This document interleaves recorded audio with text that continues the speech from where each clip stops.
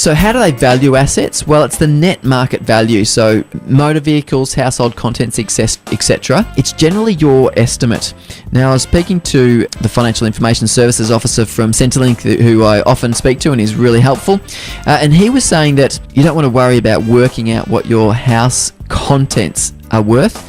Then they just assume $10,000. You might have your house contents insured for $100,000, but the amount that Centrelink wants to know is how much would you get for everything that you've got in your house if you just put it all out in the street with a garage sale, and how much would you get for it that next day?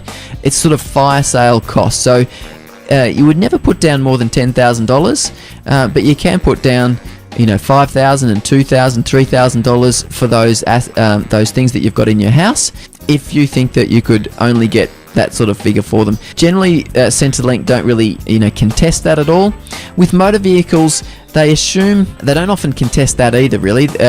You could look at Redbook, which basically gives you an idea of what vehicles are worth, but generally you can reduce it below that amount because you might have more Ks on your car, or you might not be able to sell it for as much as what they say on Redbook. So generally it's your estimate, and often it's not really challenged from a Centrelink perspective.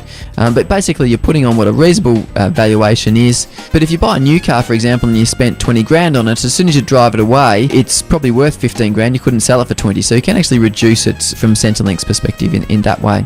In terms of real estate, the current market value is what's used, and often what they do is they've got an Australian valuation office who actually goes and values your property from Centrelink's perspective. And now I've had one recently where the valuation was actually a lot higher than what it was actually worth, and so we to and fro between Centrelink to actually get that reduced. It took a bit of time, but we were able to reduce the valuation to a more reasonable value. But generally they're pretty accurate. I think the Australian Valuation Office, they basically stipulate what your property is actually worth. Financial investments, it's their current value. So if it's bank accounts, you know what the value is. Shares, they can quickly see what the value is there as well. So that's valuing how you value assets.